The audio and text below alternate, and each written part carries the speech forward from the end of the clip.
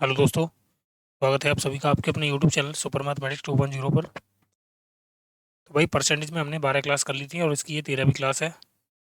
Okay. तो 12 class तक हमने क्वेश्चन 140 कर लिए थे।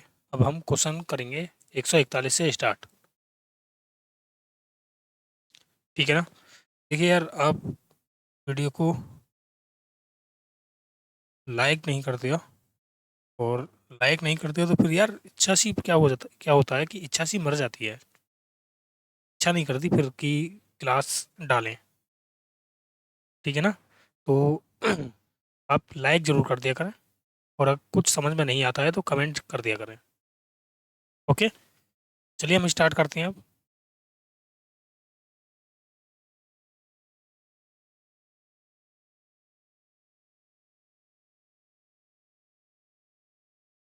ये आपका मैथ चल रहा था, और सभी को पता होगा कि भाई जो आपका नोटिस था एलपी का और आरपीएफ का, वो आ चुका है। ठीक है ना। और कुछ ही समय में एग्ज़ाम भी होंगे उसके। तो सभी भाई ध्यान से पढ़ें। सभी के लिए बेस्ट ऑफ लक। देखिए, क्वेश्चन 141 से हम करेंगे। क्वेश्चन दे रखा है कि एक निर्वाचन क्षेत्र की निर्वाचन निर्वाचक नामावली में शामिल कुल लोगों में से 85% ने चुनाव के दौरान अपने मत डाले। डाले गए मतों में से 10% अवैध घोषित कर दिए गए। यदि मतदाता सूची में 3 लाख लोग शामिल थे और धर्म ने 1,37,700 वैध मत प्राप्त किए, तो धर्म को वैध मतों की कुल संख्या के कितने प्रतिशत मत प्राप्त हुए। भाई ये 3 लाख मत है यहाँ पे। यहाँ आपके 3 लाख,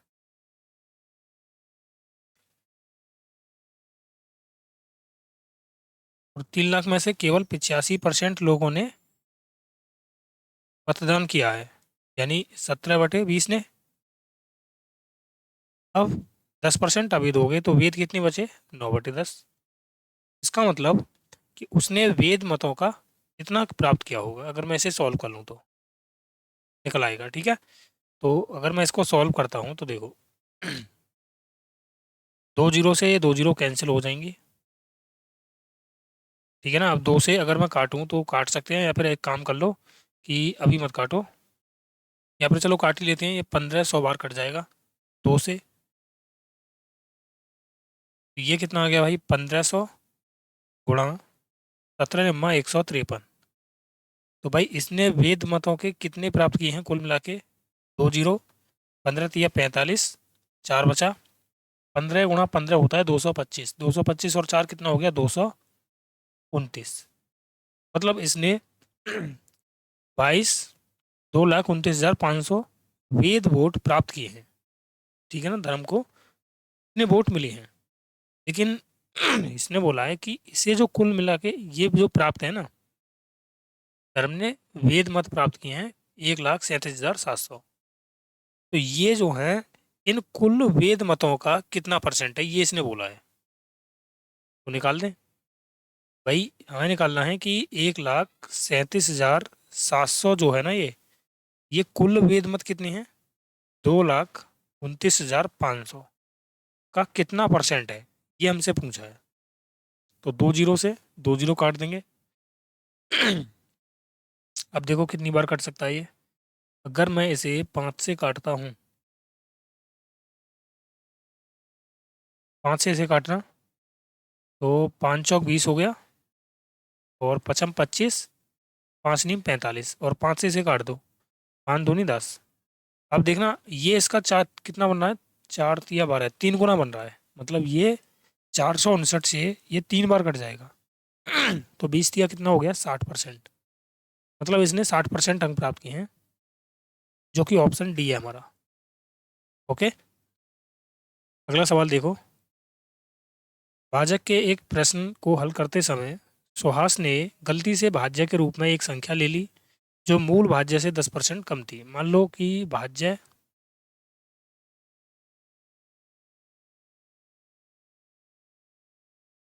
मूल भाज्य अगर 10 था,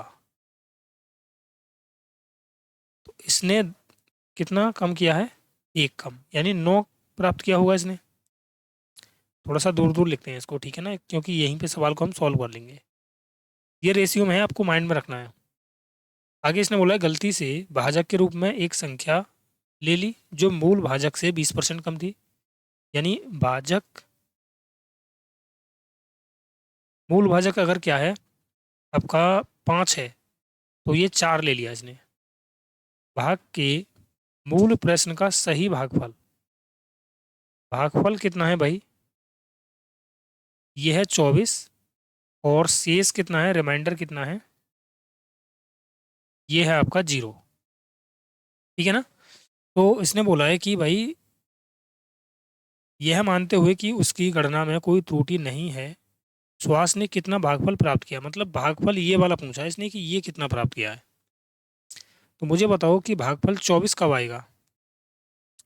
देखो भाज्य बराबर क्या होता है, मैं पहले समझा देता हूँ कि ये तो होता है भाज्य, ये होता है भाजक, और ये होता है भागफल, और ये होता है शेषफल। अगर मैं भाजक की और भागफल की गुणा कर दूं तो ये भाज्य के बराबर आता है। क्या होता है इसका फॉर्मूला, होता है कि भाज्य बराबर भाजक गुणा भागफल प्लस शेषफल, ये होता है। देखो अगर मैं भाजक की और भागफल की मल्टीप्लाई कर लूँ, यानी 24 पंजे हो गया 120, 120 हो गया ना, तो हमारा जो भाज्य होना चाहिए वो 120 होना चाहिए। और 120 में जब मैं भाग करूंगा कितने से, 5 से, तो ये 24 बार कटेगा 120, और शेषफल आ जाएगा 0। मुझे बताओ कि 10 का ये कितना गुना है, 12 गुना है, तो भाई इसका भी 12 गुना कर दो, तो 12 निम्मा 108 होगा फिर ये हमारा भाज्य। और यदि भाज्य हमारा 108 है और भाजक 4 है, तो शेषफल कितना आ जाएगा भाई, 108 में 4 से भाग कर दो, 4 दूनी 8, 4 सत्ते 28, यानी कितना आ गया 24, 27, सॉरी, ऑप्शन ये हमारा राइट होगा। ओके, आ गया होगा सभी की समझ में। चलो अगला सवाल देखेंगे, 143।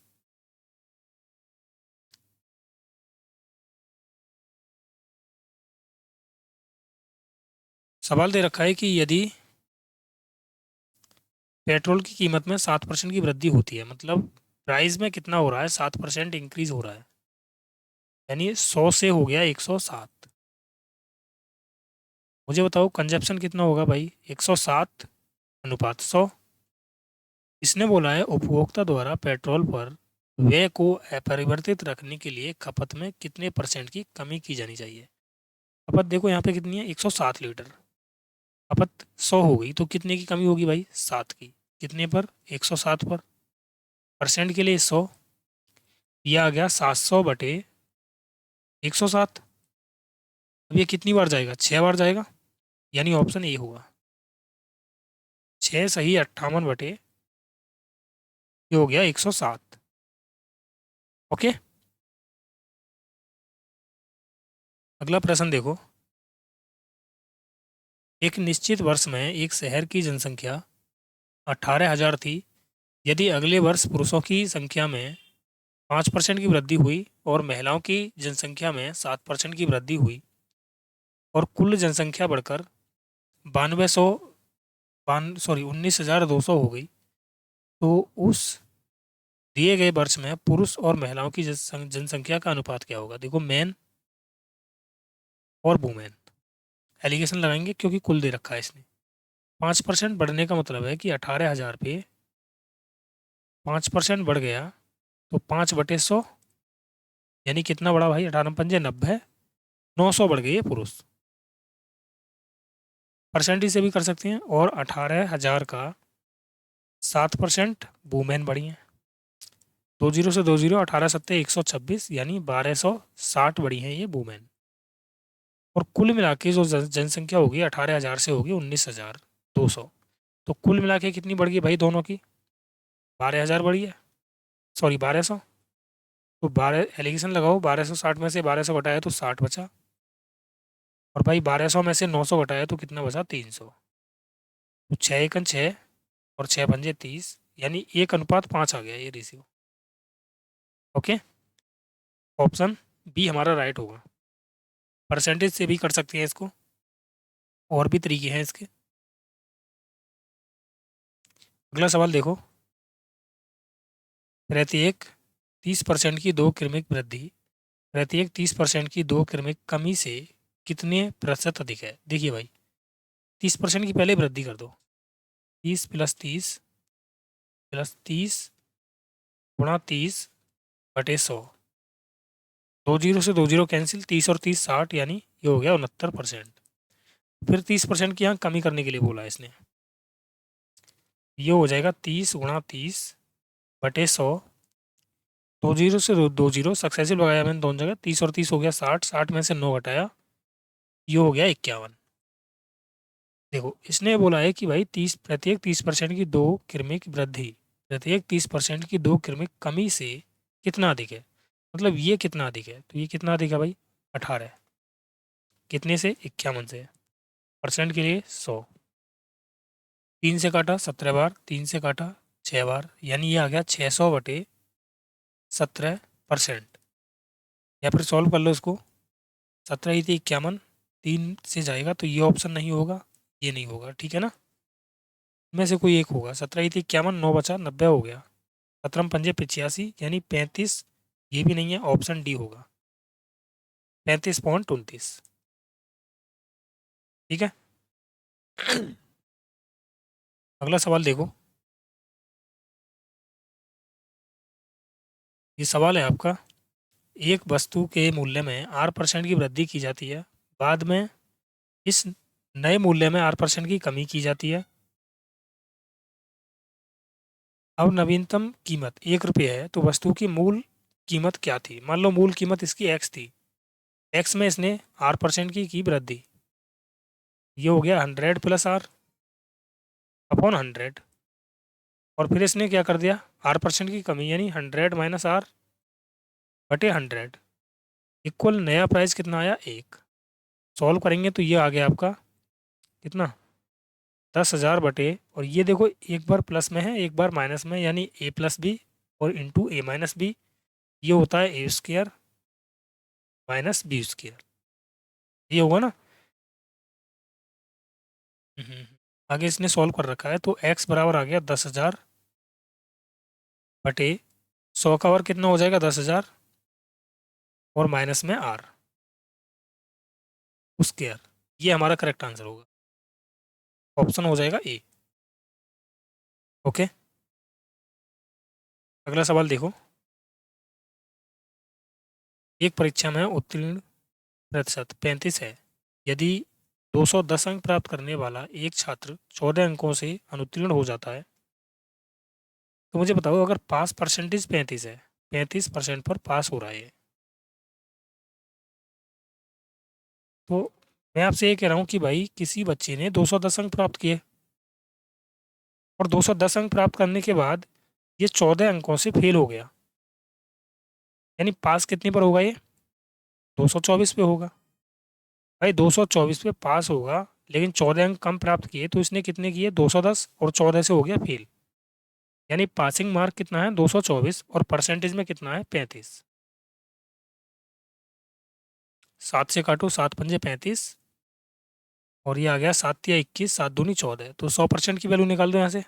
अधिकतम अंक पूछा है इसने, पूर्णांक पूछा है, 5 का ये 20 गुना है, तो इसका भी 20 गुना कर दो, तो ये हो गया 32 × 2 = 64, यानी 640, ऑप्शन डी। ओके, अगला सवाल देखो, एक व्यक्ति की मासिक आय 12,000 थी, उसका मासिक खर्च 8,000 है, तो मैं इसे रेशियो बना रहा हूँ। तो 12,000 मतलब 4×3 = 12, और 4×2 = 8। देखो, इनकम जो थी वो 3 थी, और एक्सपेंडिचर कितना है? 2। Income, expenditure. इनकम में क्या हुआ है? 10% की वृद्धि, तो 10% बढ़ गया, तो कितना हो गया? 30%। और खर्च में हो गई 8% की वृद्धि, तो ये हो गया 8×2 = 16%। मुझे बताओ, अगर मैं इनकम में से एक्सपेंडिचर को घटाऊंगा तो सेविंग बचेगी, और सेविंग कितनी बची भाई 14%, यानी सेविंग में कितने की वृद्धि हुई है 14% की। ठीक है, या फिर ऐसे कर सकते थे, इनकम बराबर एक्सपेंडिचर प्लस सेविंग। अगर ये 12,000 है और ये 8,000 है, भाई सेविंग कितनी बची 4,000। अब इसमें देखो कितने की वृद्धि होगी 10% की, यानी 11/10 हो गया है। तो 0 0 12 11 होता है 132, तो ये आ गया इतना 13,200। इसमें हो गई 8% की वृद्धि, ये हो गया 108/100। 2 0 से 2 0 कैंसिल, और ये हो गया आपका कितना, जीरो तो आएगा एक, 8 8 64 और 8 1 8, यानी 8,640। मुझे बताओ कि अगर इनकम है 13,200 और खर्च है 8,640, तो भाई सेविंग कितनी होगी, 0 6 11 में से 6 गया तो 5 4, यानी कितना हो गया ये 4560 हो गया। ठीक है ना, ये प्लस होगा यहाँ पे। देखना बचत में कितने की वृद्धि हुई है 560 की, कितने पर 4,000 पर। परसेंट के लिए क्या करोगे 100, 3 0 से देखो ये 3 0 कैंसिल हो जाएंगे, और 4 से काट दूँ इसको, 4 1 4, 4 1 4, 4 चौक 16। तो भाई कितने की वृद्धि हुई है 14% की। कैसे भी आप इसे कर लेना, ठीक है।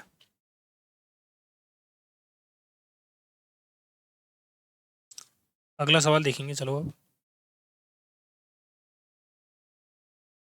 जनवरी 2022 में कृति ने ईएमआई का भुगतान किया जो उसके मासिक वेतन का 22% था।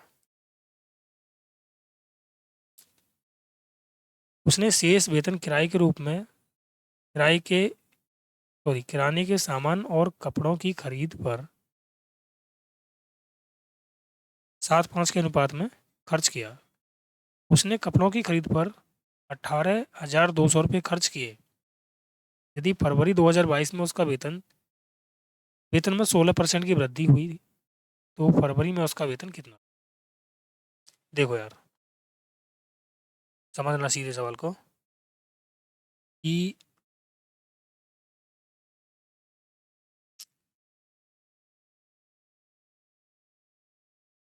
मुझे बताओ कि अगर मैं किस पे निकालना है, फरवरी में उसका वेतन कितना था। तो मुझे बताओ कि देखो ये क्या है भाई, किराने के सामान, मैंने किराने को के लिख दिया, या फिर शॉपिंग एस लिख दो।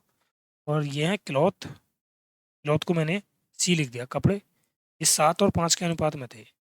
कपड़ों पे 5 क्या है, 5 की वैल्यू है 18,200। ठीक है, मुझे बताओ 1 यूनिट की वैल्यू क्या होगी, बनती है 15, 5 5 30, 5 चौक 20। तो मैं निकाल रहा हूँ कुल धन मिला के कितना खर्च किया है इन्होंने, 12 किया होगा।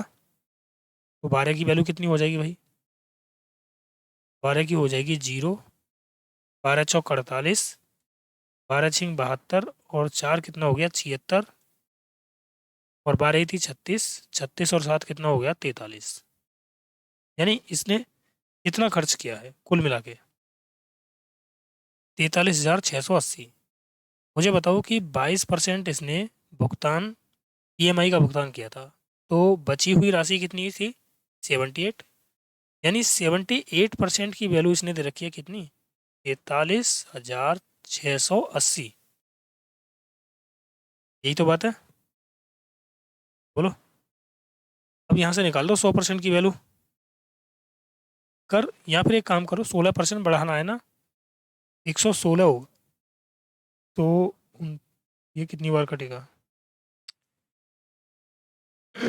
2 तिया 6, दो नहीं 18, 13 से काट दें क्या इसको, 13 छिंग हो जाएगा 78, और 13 तिया हो गया 39, 46 हो गया, फिर 13 तिया 39, 13 छिंग 78।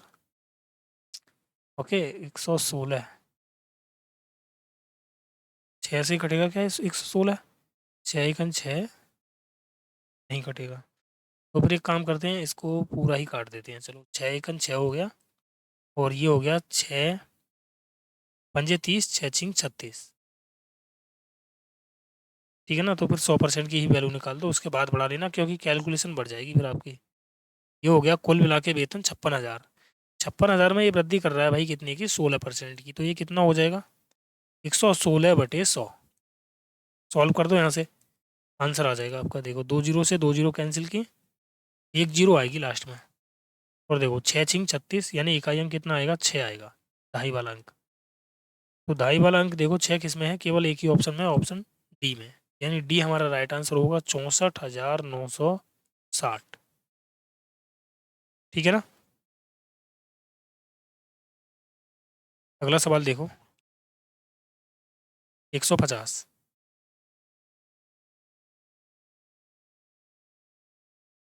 और वैसे देखो,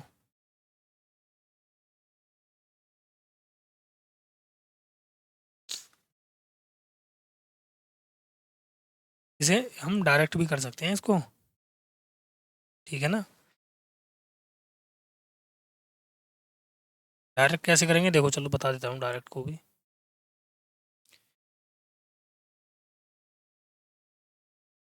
देखो ये हमें निकालने की कोई ज़रूरत थोड़ी ना है। ये देखो, हम क्या करेंगे, जो वैल्यू जिसकी दी है उसकी तुलना उससे करेंगे, ठीक है ना। देखो मैंने आपसे कहा कि भाई कपड़ों पर जो खर्चा है वो कितना है, 18,200। और कपड़ों पे खर्चा कितना है, रेशियो में 5। और पूछी क्या है हमसे, कुल आय, तो कुल आय कितनी है, 12। ये हमारा कुल खर्चा है। तो मुझे बताओ कि कुल मिला के जो खर्चा है हमारा, वो हमारा कितना है, 78%। और पूछा क्या है हमसे, 16% की वृद्धि, तो ये हो गया 116। सॉल्व कर लो इसको, यहाँ से आंसर आ जाएगा। एक लाइन का सवाल है। अगला सवाल देखो चलो, दो उम्मीदवारों के बीच हुए एक चुनाव में मतदाता सूची के 10% मतदाताओं ने अपना मत नहीं डाला, जबकि डाले गए मतों में से 10% वैध घोषित पाए गए। जीतने वाले उम्मीदवार को वैध मतों के 56% मत प्राप्त हुए और 1458 मतों के अंतर से चुनाव जीत गया। मुझे बताओ कि अगर विनर को 56% मिले हैं,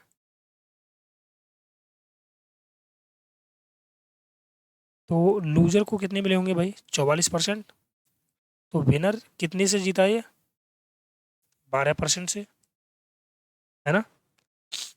अब देखो मान लेते हैं कि कुल मतदाताओं की संख्या एक्स थी। एक्स में से 10% ने अपना वोट नहीं डाला, तो डाले कितनी है, 90% ने, यानी 9/10 ने। फिर इनमें से 10% अवैध पाए गए, तो वैध कितने होंगे, 9/10। और भाई ये कितने से जीत गया विनर, 12% से, यानी 12/100। और इसकी वैल्यू कितनी दे रखी है भाई, 1458। ये हमारा आंसर होगा। सॉल्व करेंगे इसको, देखो 12 से काटो, 12×1 = 12, 2 बचा। 12 से कटेगा क्या, 12×1 = 12, 12×2 = 24, ना कटेगा, 12 से ना कटेगा, पूरा पूरा ना कटेगा, 12 से काउंट में आएगा। तो फिर एक काम करते हैं, इसे हम 9 से काटते हैं। 9 से काटा, 9×1 = 9, 9×6 = 54, 9×2 = 18। 9 से काटो इसको, तो 9×1 = 9, 9×8 = 72। कैसे काटा, 6×3 = 18, 6×2 = 12। देखो 2×1 = 2 हो गया, और 2×5 = 10। तो एक्स की वैल्यू क्या आ गई, 3×5000। तो ये आ गया 15,000। यानी कुल मिला के मतदाताओं की संख्या कितनी थी, 15,000 थी। ऑप्शन ई हमारा राइट होगा, ठीक है ना। अगला सवाल देखो, एक व्यक्ति अपनी आय का 25% दैनिक उपयोग की वस्तुओं पर खर्च करता है। इसके अतिरिक्त वह बाकी का 18% घर के किराए पर और बाकी का 16% यात्रा पर खर्च करता है। इसके बाद उसके पास केवल 861 रुपये बचे हैं, तो उसका वेतन कितना था। देखो एक लाइन का सवाल है ये। मान लेते हैं उसका वेतन ₹X था। एक्स में से उसने 25% खर्च कर दिया, तो बचा कितना, 75%, यानी 3/4। फिर सी एस का 18% खर्च कर दिया, तो बचा कितना लिया, 82/100। ये सी है, सी का 16% खर्च कर दिया, तो बचा कितना, 84/100। तो ये कुल मिला के बचत है उसकी, तो कुल बचत कितनी दे रखी है उसने, 861 रुपये। सॉल्व करेंगे यहाँ से, 41 दूनी 82 होता है, और 41 दूनी 82, 41 एकन 41, ठीक है ना। तो 21 एकन 21 हो गया और 21 चौक हो गया 84। तो देखो 4 से काट दें इसको, 4 एकन 4, 4 से कटेगा 25 बार, 2 एकन 2, 2 से कटेगा 50 बार। तो x गुणा 3 बराबर कितना आ गया भाई, 25 गुणा 4 100 हो गया, 100 गुणा 5 50, तो ये हो गया 5000। x बराबर आ गया 5000/3। और इसे लिख सकता हूँ मैं, 3 एकन 3 20 हो गया, 3 छिंग 18, 3 छिंग 18, 3 छिंग 18, 2/3। ऑप्शन हो जाएगा बी। ओके, अगला सवाल देखो। एक परीक्षा में एक परीक्षार्थी को 3 पेपर ए बी सी में बैठना था। ए बी सी में बैठना था। परीक्षार्थी ने पेपर ए में 75% अंक, पेपर बी में 80% और पेपर सी में 60% अंक प्राप्त किए, ठीक है ना। यदि पेपर ए बी सी को क्रमशः, देखो भाई, ए में क्या है, इसने 75%, परसेंट मत लिखो, जरूरी नहीं है क्योंकि रेशियो में होगा ये। बी में 80 और सी में 60, तो 15 से काटो इन्हें सभी को, 15 पंजे 75, 15 चौक 60, 15 से नहीं कट रहा यार, ये बीच वाला 5 से ही कटेगा।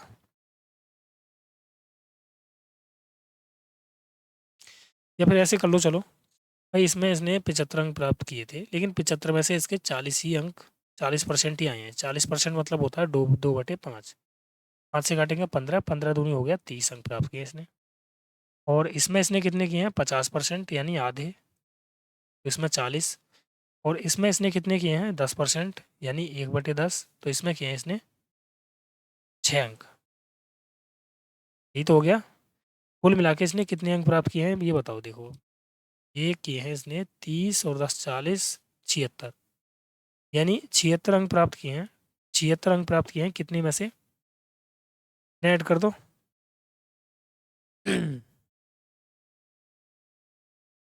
अच्छा, इसने पूछा क्या है, तो तीनों पेपर में एक साथ परीक्षार्थी द्वारा प्राप्त अंकों का भारित प्रतिशत कितना है, तो 76% ही हो जाएगा फिर आपका, क्योंकि ये सभी क्या है, मैंने देखो यहाँ पे क्या है, आप इसे रहने दो, ठीक है ना। और जब अब आप करोगे ना, तो ये सभी परसेंटेज में है, इसका मतलब ये भी हमारा क्या आएगा, परसेंटेज में आएगा। भाई कितना परसेंट प्राप्त किया, ओनली 76। ऑप्शन हो जाएगा डी हमारा राइट। ओके, अगला क्वेश्चन देखो। एक पिता अपनी मासिक आय का 8% अपने 2 बेटों को पॉकेट मनी के रूप में देता है। बड़े बेटे को दोनों बेटों को दी जाने वाली कुल राशि का 85% मिलता है। देखो, बड़े बेटे को यानी बिग ब्रदर को, ठीक है ना, ऐसे लिख दो बी, बिग ब्रदर को कितना मिलता है, 17। और दोनों का कितना है, ब्रदर, बिग और स्मॉल, दोनों का कितना है, 20। तो अगर बिग को कितने मिले, 17, तो स्मॉल को कितने मिले होंगे, 3, ठीक है ना। वह राशि का 90% खर्च करता है, मतलब वह कौन, जो बड़ा वाला है। तो अगर बड़ा वाला खर्च कर रहा है, बड़े वाले को 17 रुपये मिले हैं, ठीक है ना। अब ध्यान रखना ये 17 रुपये किस में से मिले हैं। मान लेते हैं, एक काम करो, ऐसे करो कि उसके पिता की जो इनकम है वो x रुपये है, x में से 8% दिया है इसने 2 बेटों में। मुझे बताओ कि बड़े बेटे को कितना मिला है, बड़े बेटे को 85% मिला है ना।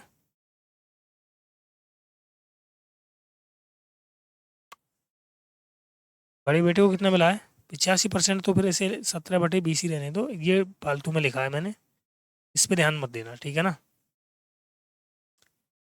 अब देखो, ये खर्च है, राशि खर्च की गई राशि है, बड़ी बेटे ने कितनी राशि खर्च की है, खर्च के लिए मिली है उसको, सॉरी, वह राशि का 90% खर्च करता है और 17 रुपये बचाता है। तो अगर 90% खर्च कर रहा है तो बचा कितना रहा है? 10%। तो 10/100, यानी ये बड़े बेटे की बचत है। और ये बचत किसके बराबर है? 17 के। सॉल्व करेंगे, 17 से 17 कैंसिल हो जाएगा, इक्वल में होगा ये। और 4 दूनी हो गया 8, 4 पंजे 20। और देखो, 0 से 0 कैंसिल हो गया, और 2 से काटो इसको, 2 पंजे 10। तो एक्स की वैल्यू क्या आ गई? 5 × 5 25, 2500 हो गई है। यानी उसके पिता की जो इनकम थी वो कितनी थी? 2500 थी। ठीक है ना? अगला सवाल देखो, यदि किसी संख्या के 20% को दूसरी संख्या से घटाया जाता है। देखो, मान लेते हैं कि ए और बी दो संख्या हैं। किसी संख्या के 20% को दूसरी संख्या से घटाया जाता है। मान लो बी का 20% मैं ए से घटा रहा हूँ, 1/5 होता है ना। तो दूसरी संख्या घटकर 70% हो जाती है। दूसरी संख्या कौन सी है? ए। तो ये 70% हो जाती है। तो सॉल्व करेंगे, इसको इधर ले आओ और इसको इधर ले आओ, तो ये आ गया ए -7a/10 इक्वल b/5। तो ये हो गया भाई कितना? 3a/10 equal b/5। तो देखो, मैं क्या कर रहा हूँ, दोनों तरफ 3 से भाग कर रहा हूँ। तो मैंने 3 से भाग किया, और यहाँ भी मैंने 3 से भाग कर दिया, मतलब 1/3 से दोनों तरफ गुणा कर दी। तो जब मैंने गुणा की तो मैंने क्या पाया? ये 3 से 3 कट जाएगा, ये हो जाएगा 3 पंजे 15, यानी ये हो गया आपका एक्चुअल में कितना? a/10 बराबर b/15। यही तो हो गया। ठीक है। ए और बी का अनुपात पूछा है इसने, तो ए और बी का जो अनुपात आ गया वो कितना आया? a/b आ गया 10/15, यानी 2/3। ऑप्शन हो जाएगा सी।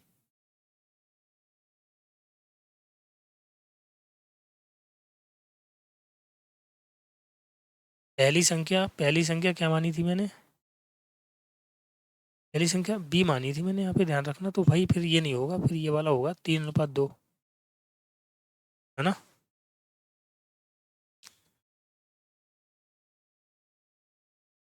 आया समझ में? पहली संख्या मैंने ये मानी है। देखो, एक तरीका, चलो और मैं डायरेक्ट थोड़ा सा समझाने की कोशिश करता हूँ कि मान लो इसने बोला है कि एक संख्या के 20% को दूसरी संख्या से घटाया जाता है। ठीक है ना? मैंने आपसे कहा कि दूसरी संख्या अपने आप में क्या है? वो 100% है। ठीक है ना? मैंने कहा आपसे कि दूसरी संख्या क्या है? वो अपने आप में 100% है।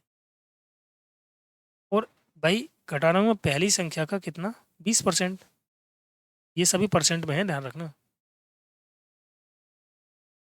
ये दूसरी संख्या है, और पहली संख्या का 20% मैं घटा रहा हूँ। तो मुझे दूसरी संख्या का कितना मिल रहा है? 70%। यही तो मिल रहा है, 70% ये मिल रहा है मुझे। तो देखो, इसको इधर ले जाओ, तो ये हो जाएगा 20%। से परसेंट तीनों में कैंसिल हो जाएगा। 20 फर्स्ट इक्वल और 30 सेकेंड। तो 0 से 0 काटा, तो फर्स्ट रेशियो सेकेंड। फर्स्ट कितना है? 3, और सेकेंड कितना है? 2। That's all. ओके। अगला सवाल देखो, मौखिक भी हो सकता था ये, ऐसे नहीं कि ऐसे ही होगा। ताश खेलते समय एक व्यक्ति अपने पैसे का 75% पहले राउंड में, शेष का 75% दूसरे राउंड में, और शेष का 75% तीसरे राउंड में हार जाता है। यदि उसके पास 100 रुपये बचते हैं तो शुरू में उसके पास कितने पैसे थे? देखो, मान लेते हैं उसके पास x रुपये थे, x में से 75% हार गया, तो बचा कितना? 25%, यानी 1/4। और ये प्रक्रिया 3 बार हुई है। ये उसके पास कुल मिला के बचत है, लेकिन उसके हिसाब से 100 रुपये बचे हैं। तो भाई उसकी इनकम कितनी होगी?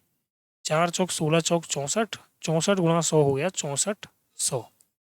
Option A. ठीक है ना। तो चलिए आज के लिए इतनी क्वेश्चन काफ़ी है, इससे आगे क्वेश्चन हम कल की क्लास में करेंगे। ओके, सभी के लिए जय हिंद। जो भी भाई क्लास को पहली बार देख रहे हैं वो चैनल को लाइक और शेयर कर दें और सब्सक्राइब कर लें। चलिए मिलते हैं नेक्स्ट क्लास में। Okay bye.